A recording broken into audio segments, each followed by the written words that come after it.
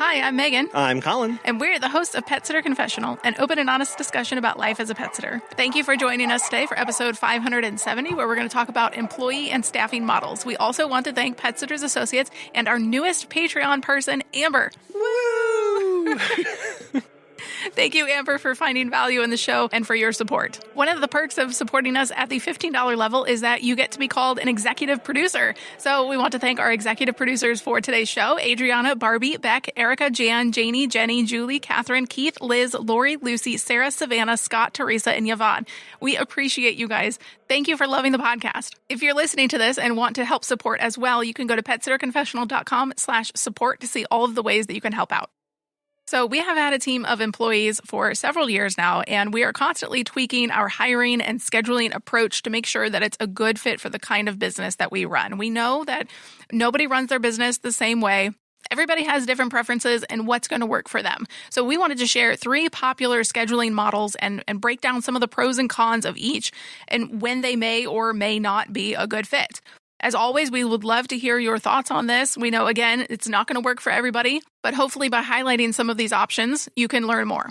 If you want to grow and scale by having a team, choosing the right staffing and scheduling model can really impact your efficiency, your employee satisfaction, and your client experience. The first model is shift scheduling. So these are where you have specific time blocks for each employee.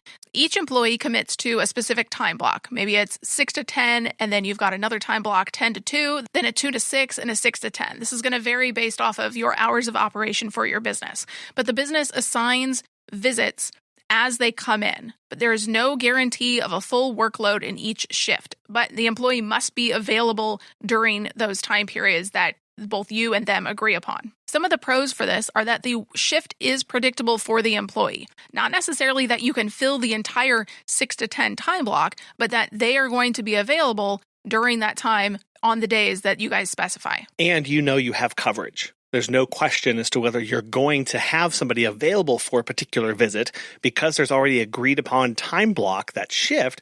You know, Jerry is going to cover this time block, so you just immediately add it to his schedule.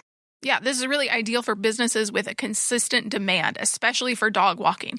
Middle of the day, you're super busy. Lots of people who work need you. So you know automatically you've got maybe 5, 6 clients that use you on a consistent basis. Well, you can slot somebody in and know, okay, well, I can have them available during this whole time because I'm able to fill that. Well, and it helps you also make sure that you have coverage for last minute requests. I know that we get this an awful lot where it's 8 in the morning and somebody needs us for 2 in the afternoon. Having a shift schedule would allow you to instantly slot that into your availability because you don't have to ask if somebody's available because they've already committed to that. This works really well for a team-based model where multiple employees can care for the same client. You aren't doing one sitter to one client. Everybody can do everything. But there are some drawbacks to this model where employees may not receive consistent hours if the schedule isn't full. So if your employee is supposed to be working mornings, but it's a slower time, maybe January or February, you don't have a whole lot of people traveling, you can't really fill their shift with a bunch of visits. Now, it is then your job as the employer then to see, is this a good fit for that person? And are you hiring for the right kind of person who needs inconsistent work and is okay with that?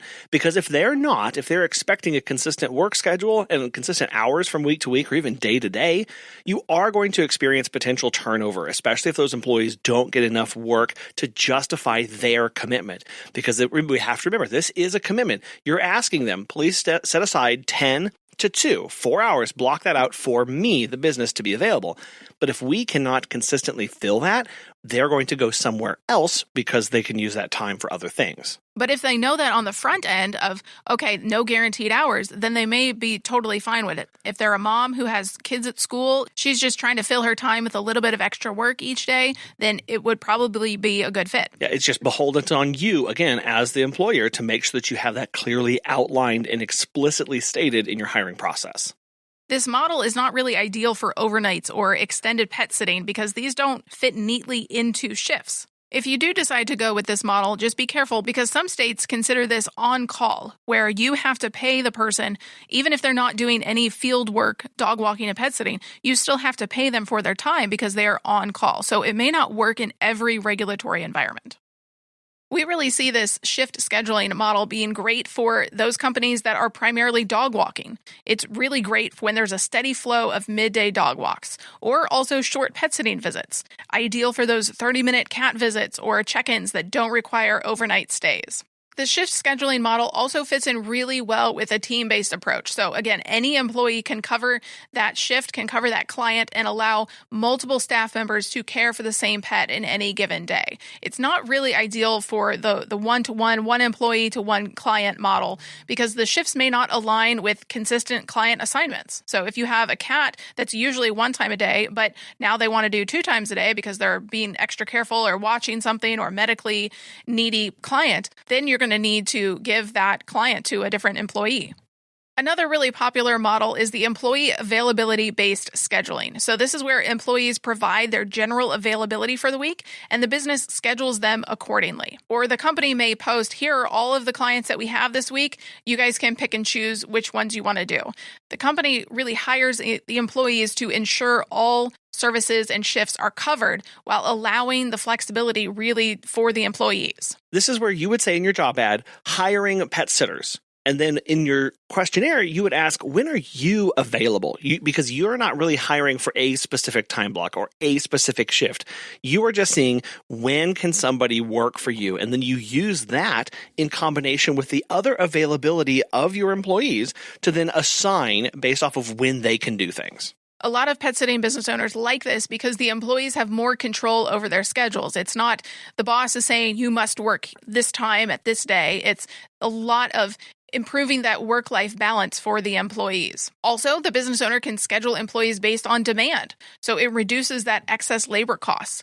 If there aren't a lot of pet sitting visits that week, then they don't really need to be on call.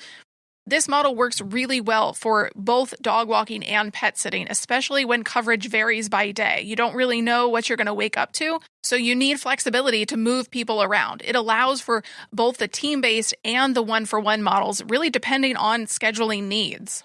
In contrast, though, it is harder to ensure coverage if you have too many employees with similar availability. Maybe nobody wants to work Friday nights from 6 to 10. Well, then you may have to cover that or hire somebody specifically for the weekend nights. Well, and what that leads to is it can lead to an increasingly complex schedule because as available changes from week to week, whereas you have some employees leave who were kind of heavies in the week and they were covering a lot of visits, it can open up a lot of holes in your schedule unexpectedly. And then you find yourself having to hire somebody to cover Tuesdays 3 to 6 and Thursdays 8 to 9 and Fridays, in the evenings or something, making it harder and harder the more specific those kind of things get. Now, this is assuming you as the business owner don't want to be doing any field work anymore. If you're perfectly okay with filling in the holes here and there, then by all means, this model would be a good fit for you.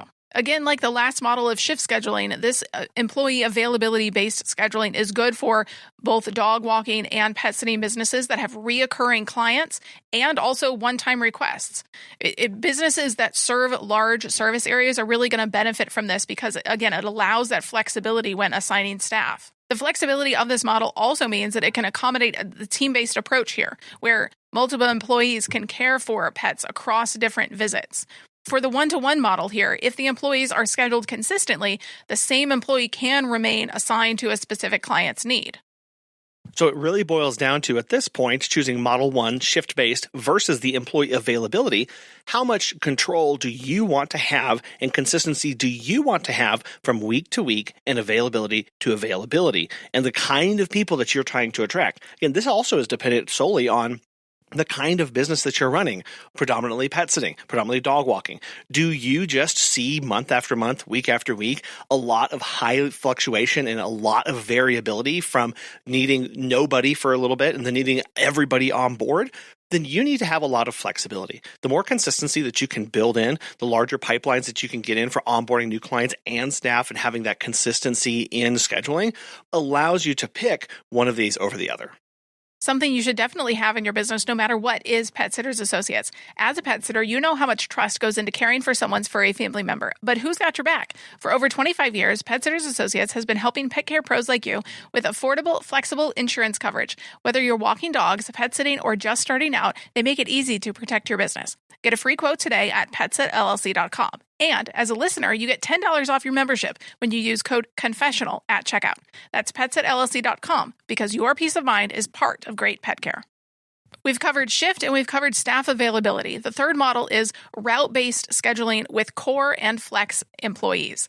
So here is where the employees are assigned specific routes or service areas where they handle a mix of dog walks and pet sitting visits. A core team of employees is guaranteed a minimum number of hours, while flex employees cover additional demand or fill in the gaps.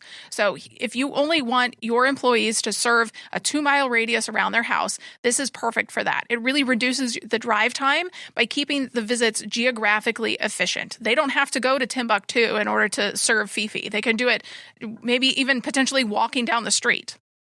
It creates that predictability for employees as they work with the same clients pretty regularly because they're all close to where they live. Well, and it also strengthens that client relationship and predictability for the client themselves because they're cared for by the same familiar staff, which also reduces the mental burden and mental fatigue for your employees. Constantly having a ton of new clients thrown at them week after week, month after month, does become draining because they can never develop a relationship. They can never become into a routine. So something like this really does help with that aspect. So yes, this works great for one-on-one models where a single employee is responsible for a client. But on the other side, it can be harder to implement in rural areas. If your next client is truly 20 minutes away because there's just cornfields and cow pastures, well, that is something that you have to take into account when thinking about this model. Another con is that this model does require a steady stream of clients to ensure that consistent route. Even though the clients are potentially close to the employee's house, if you only have 1 or maybe 2 a day, the employee may not be happy with that. So then it's beholden on you as the employer to try and build out the clientele around where that employee lives. I will say another downside to this is that if that employee does leave, then you are left a hole in your coverage of your routes and do have to scramble to find other people to cover those until you can replace this with someone more local. So it does stress out the other people who are further away, might not as, increasing drive time for that, because this does limit the flexibility of a true team-based scheduling. Because those clients are dependent on the proximity of that employee, it means that it limits the ability to flex in other people and say, here's where you need to have extra coverage because they are tied to those specific routes. Now, of course, that wouldn't be true if you have multiple employees that live in that area where they all are basically neighbors and they all serve the same clients. Right. But here's where you have that flex schedule where you have a few employees who maybe they are required to drive out and cover where you don't have extra coverage. So that's the key aspect of this. It's not putting all of your eggs in one basket for one employee to cover the 15 clients that you have right around 2 miles from their house. You need to have those flex employees who can cover periodically so it's not solely reliant on that one person. Because obviously that person's also going to want to take a sick day or a vacation, and the clients are still going to need to be covered. This model works really well for cities or high-density areas where reoccurring visits can be grouped into efficient routes. Again, if you're driving through cow pastures, it's probably not going to work. But it also can work for pet sitting where there are short visits and not a lot of overnights. So again, this model is really best suited for a one-for-one assignment model where employees are assigned a set of clients because they are in close proximity to them, meaning pets see the same caregiver each time. There's a lot of predictability and familiarity between them. This is obviously very less suited for a team-based approach as each employee is responsible for their own specific route. And I did want to circle back here and talk about the importance of this on-call work. If you're not working with a labor attorney or the Department of Labor where you live, you really do need to run how you want to operate your business by their laws. And this is where we as business owners have to understand that just because we may like the way a particular model works, or we feel like our clients would benefit from a particular model, if the laws prevent this, we can't use that. So some of these models that we've talked about do require employees to be available without guaranteed work, which can in some places be called on-call. Megan mentioned that earlier. Many states require that these on-call employees be compensated, especially, importantly here, if they are restricted in their activities while waiting for the work. If you prevent them from doing anything else within that assigned time, it means that you may have to be paying them and compensating them for that time while they are waiting to go out and do dog walks and pet sitting visits for you. So the best practice here is clearly define your policies when an employee is supposed to be actively working versus be simply available to avoid any sort of labor law issues. And check your state labor laws. Again, we have to always come back to that. Again, I want to operate my business in XYZ way. But can I legally operate that way? It's better to check on the front end than find out on the back end and have a lot of penalties and fines and other things assessed towards your business.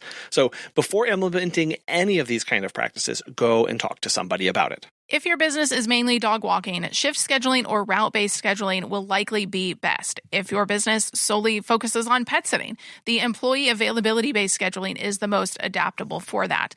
But if you want a strong team-based approach, shift scheduling and employee availability-based scheduling really allow for shared client care. But if you prefer a one-for-one model, one employee to one client, the route-based scheduling really works best for maintaining consistent caregiver-client relationships.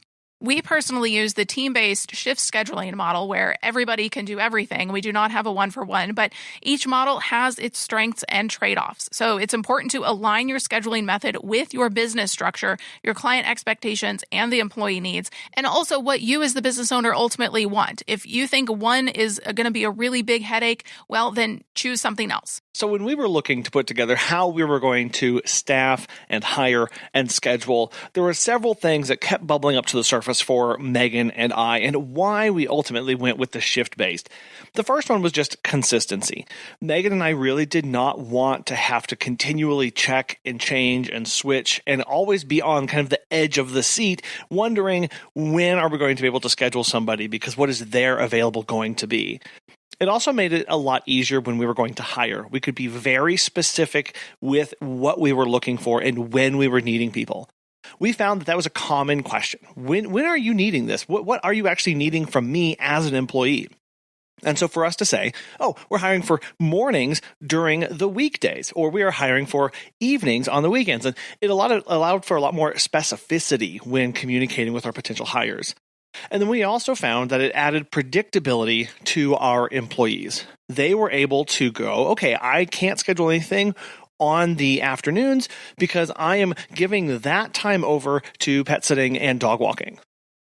This allowed them to schedule other things, take on other jobs, and added extra flexibility in their life and predictability so they could schedule around this.